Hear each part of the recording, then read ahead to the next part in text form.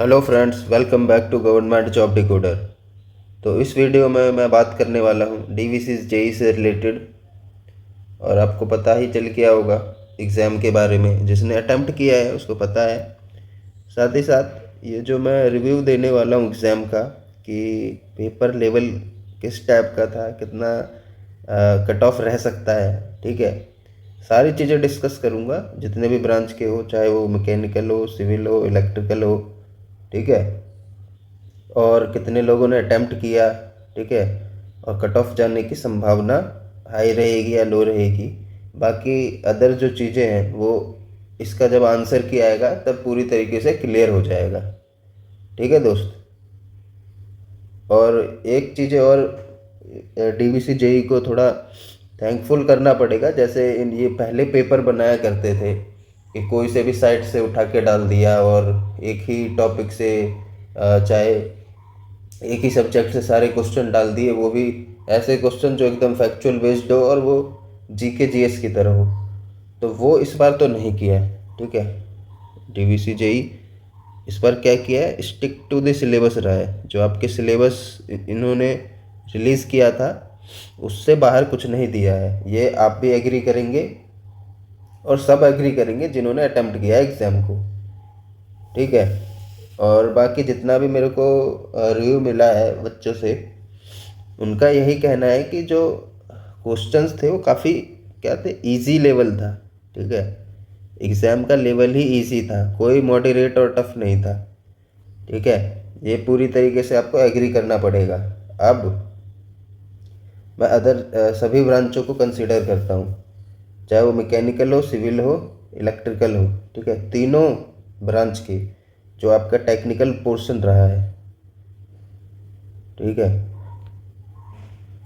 बिल्कुल बेसिक रहा है, ठीक है। जिसका बेसिक बहुत ही अच्छे से कवर होगा, ठीक है, उन्होंने उसने तो अच्छे से एकदम काफ़ी अटेम्प्ट रहा होगा, 70 आउट ऑफ 70 भी अटेम्प्ट कर दिया होगा। बाई चांस उसका सिली मिस्टेक्स में किसी का भी एक दो गलत हो जाए या तीन चार गलत हो जाए, बट जो इसका लेवल ऑफ एग्ज़ाम रहा है वो काफ़ी इजी रहा है, ठीक है। इसी तरीके से नॉन टेक्निकल की बात करूं तो नॉन टेक्निकल भी इतना ज़्यादा आप जो कहेंगे कि बहुत ही ज़्यादा फंसाने वाला क्वेश्चंस था, चाहे कुछ और था, ऐसा तो नहीं रहा है। ये भी इसमें भी जिसने थोड़ा सा भी उसका नॉन टेक्निकल अच्छा हो ना, वो आराम से इसमें स्कोर कर जाएगा। और डीवीसी जेई का आपको पता ही होगा, लास्ट टाइम पे भी जो नॉन टेक्निकल पोर्शन रहा था वो इजी ही रहा था। तो एज यूजुअल इस बार भी नॉन टेक्निकल इजी ही रहा। तो जो ओवरऑल मैं बात करूं एग्ज़ाम की, ओवरऑल जो आपका एग्ज़ाम रहा है, ठीक है, वो लेवल ऑफ एग्ज़ाम जो है इजी है, ठीक है। मॉडरेट भी नहीं कह सकते हैं, ओके। जो क्वेश्चंस हैं, ठीक है, क्वेश्चंस जितने भी है सिलेबस के अकॉर्डिंग रहा है। और जितना भी वैरायटी हो सकता है वो सारे सब्जेक्ट्स को, आपके जो बेसिक सब्जेक्ट्स हैं, जो बेसिक सब्जेक्ट्स हैं आपके, उसको कवर करने का कोशिश किया है। ये आपने भी एक्सपीरियंस किया होगा, ठीक है। जितने भी आपके बेसिक सब्जेक्ट्स हैं उससे रिलेटेड क्वेश्चंस आए हैं। ऐसा नहीं है कि जैसे मैकेनिकल की बात करूं मैं, तो लास्ट टाइम क्या हुआ था, एक कास्टिंग का पोर्शन लिया और यहीं से सारे क्वेश्चंस फ्रेम कर दिया उन्होंने, ठीक है। बट इस बार ऐसा नहीं रहा है, इस बार सभी को कंसीडर किया है, चाहे वो आरईसी हो, ठीक है, चाहे थर्मल का पोर्शन हो, मतलब सभी क्वेश्चंस इन्होंने कवर करने की कोशिश किया है जो आपके सिलेबस में था। ये मेरे को रिव्यू के अकॉर्डिंग पता चला है। बाकी आप कमेंट सेक्शन में भी लिख सकते हैं कि आपका जो लेवल ऑफ एग्ज़ाम था वो कैसा रहा है, और साथ ही साथ ये भी बता सकते हैं आपने कितना अटेम्प्ट किया है क्वेश्चन, ठीक है। अटेम्प्ट कितना किया है और मतलब उसमें सिली मिस्टेक्स ज़्यादा ना हो, ओके। ऐसा नहीं कि कोई भी 100 आउट ऑफ 100 ले आएगा, बट एग्ज़ाम इतना इजी था तो कट ऑफ जो मैं प्रेडिक्शन बताऊंगा, ठीक है, वो भी आगे बताने वाला हूँ।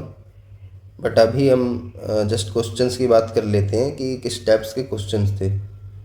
ओके, तो जैसा मैंने बताया आपको, सिलेबस के अकॉर्डिंग रहा, level of exam overall easy रहा है, चाहे वो नॉन टेक्निकल की बात हो चाहे वो टेक्निकल पोर्शन की बात हो।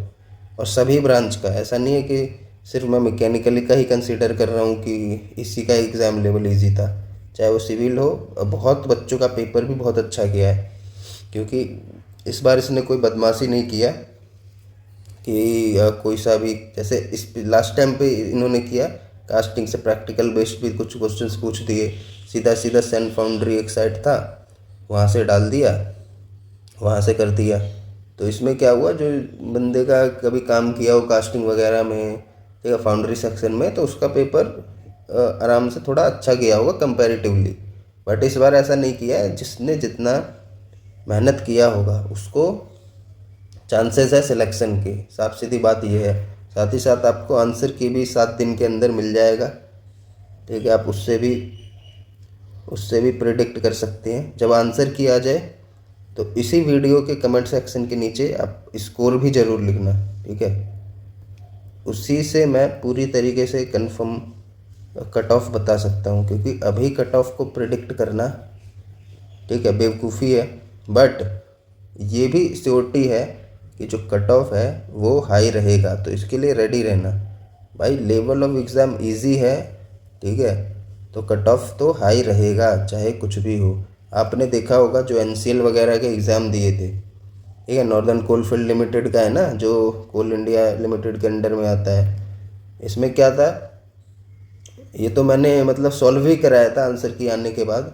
उसके क्वेश्चंस देखना आप जाके, एकदम इजी, जिसको बोलते हैं ना ईजीएस्ट एग्ज़ाम, उस तरीके से था। तो उसका भी कट ऑफ क्या गया, 95-96 के करीब यूआर का कट ऑफ किया था, ठीक है। अब जब ये कट ऑफ देखे तो बच्चे क्या कहने लगे कि बहुत ज़्यादा गया। बट आप उसका लेवल तो देखो ना, पेपर के लेवल पे सब कुछ डिपेंड करता है, ठीक है दोस्त। अगर पेपर का लेवल थोड़ा सा भी मॉडरेट रहे ना, मॉडरेट, ठीक है, तो उस वो कोई बच्चा अगर 80 भी स्कोर कर रहा है ना, तो उसका चांसेस हो जाएगा सिलेक्शन के। बट इजी लेवल में तो भाई 90 प्लस मान के चलो, ठीक है, क्योंकि नंबर ऑफ सीट्स कितनी है, यूआर की ही मैं बात करूं मैकेनिकल साइड में तो 9-10 सीटें हैं, ठीक है। ऐसे ही अदर जो कैटेगरी है उनके लिए भी कम कम है। तो मैं यूआर से कंसीडर करते हुए चल रहा हूँ कि 90 प्लस शायद चले जाए। बट अब वो आपको वेट करना पड़ेगा किसका, आंसर की का, ठीक है, उसी टाइम। बट ये मैं गारंटी के साथ कह सकता हूँ कि कट ऑफ जो है वो हाई रहेगा। तो उस टाइम पे हम ये नहीं कह सकते हैं कि सेटिंग हो गया चाहे कुछ हो गया, वो अलग बात है। कुछ चीज़ें रहती हैं आपके पीछे क्या हो रहा होता है हमें पता नहीं है। बट अगर इसमें कट ऑफ हाई जाएगा तो इसमें कोई ज़्यादा सरप्राइज़ होने की तो ज़रूरत है नहीं, ये आप भी एग्री करेंगे, ठीक है। सरप्राइज़ होने का कोई ज़रूरत नहीं है। तो अभी आपको क्या करना है, आपका एग्ज़ाम चाहे कैसा भी गया हो, ठीक है, क्योंकि कुछ बच्चे लिख रहे हैं कुछ सिली मिस्टेक्स भी हो गया उनसे। अब एग्ज़ाम कैसा भी किया हो, अभी आपको फोकस करना है सीधा सीधा नेक्स्ट एग्ज़ाम में, क्योंकि अभी फटाफट काफ़ी एग्ज़ाम होने वाले हैं। इलेक्ट्रिकल चाहे मैकेनिकल चाहे सिविल, किसी की भी बात करूँ, एचपीसीएल का भी तुरंत एग्ज़ाम होगा, ठीक है। देन उसके बाद भेल का होगा, इसके लिए भी रेडी रहना है। देन एनपीसीआईएल का भी आपको पता है कैगा में आया है, तो उसके लिए भी रेडी रहो, ओके। एनपीसीआईएल से रिलेटेड मैं थोड़ा वीडियो भी बनाऊंगा, क्योंकि इसका मैंने एक रिटर्न दिया है, तो उस टाइम पे मेरा रैंक 1 आया था, ठीक है। तो इससे रिलेटेड भी मैं बताऊंगा क्या रहते हैं, किस टाइप्स के क्वेश्चन आते हैं, अब इसको कैसे एक्सेल कर सकते हैं। तो उससे कोई ज़्यादा टेंशन लेने वाली बात नहीं है। और इसमें आपको पता है कैगा में 50% वेटेज भी मिलेगा आपको रिटर्न टेस्ट में, तो ये बहुत ही ज़्यादा इम्पोर्टेंट हो जाता है। साथ ही साथ एचपीसीएल भेल ये सब का भी मैंने आपको लास्ट वीडियो में बता दिया है कि किस तरीके से कहाँ पे फोकस करना है, ओके। अगर आप कमेंट सेक्शन में लिखेंगे तो मैं पर्टिकुलर वीडियो ला दूंगा इन दोनों के ऊपर, बट आपको लिखना पड़ेगा, ऐसे पता नहीं चलता है कि आपका डिमांड क्या है। बाकी एग्ज़ाम रिव्यू के बारे में जितना भी था मैंने कोशिश किया है कि आपको पूरी तरीके से आइडिया मिल जाए जस्ट कि किस तरीके का आपका एग्ज़ाम का लेवल रहा है ओवरऑल।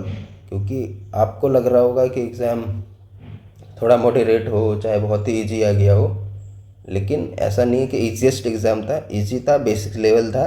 बट इस केस में क्या होता है कि जब इजी एग्ज़ाम होता है ना, एक चीज़ और बताता हूँ, जब भी इजी एग्ज़ाम रहेगा, ठीक है, जिस बंदे का प्रैक्टिस होगा, जिसने ज़्यादा मॉक टेस्ट दिए होंगे, ठीक है, मॉक टेस्ट ज़्यादा दिए होंगे, जिसका रिवीजन अच्छा होगा, ओके, जिसका रिवीजन अच्छा होगा, बार बार मॉक टेस्ट लगाया होगा, रिवीजन किया होगा, उसके चांसेस सबसे ज़्यादा बढ़ जाते हैं सिलेक्शन के। क्योंकि क्या होता है, ये जो सिली मिस्टेक्स है ना, सिली मिस्टेक्स वो कम होता है। और इस एग्ज़ाम में जिसका भी सिली मिस्टेक्स ज़्यादा हुआ होगा, ठीक है, एक दो तो सबसे होगा, कोई भी दे, चाहे मैं भी एग्ज़ाम दूँ, ये होना ही होना है, इसको कोई अवॉइड नहीं कर सकता।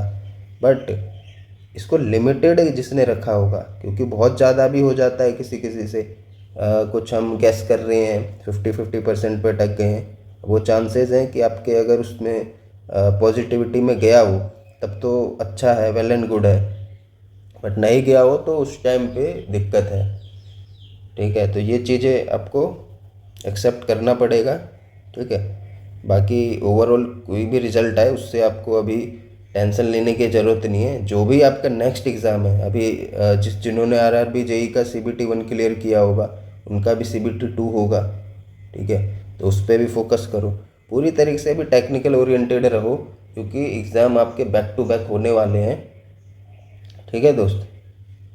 बाकी आपका आंसर क्या आएगा उस टाइम पे हम पूरी तरीके से कट ऑफ का प्रिडिक्शन कर पाएंगे। बट लास्ट वर्ड मैं यही बोलूँगा कि कट ऑफ हाई रहेगा, ओके। तो मिलते हैं नेक्स्ट वीडियो पे। जो भी आपका डिमांड होगा उसके अकॉर्डिंग मैं वीडियो बनाऊँगा। थैंक यू, जय हिंद।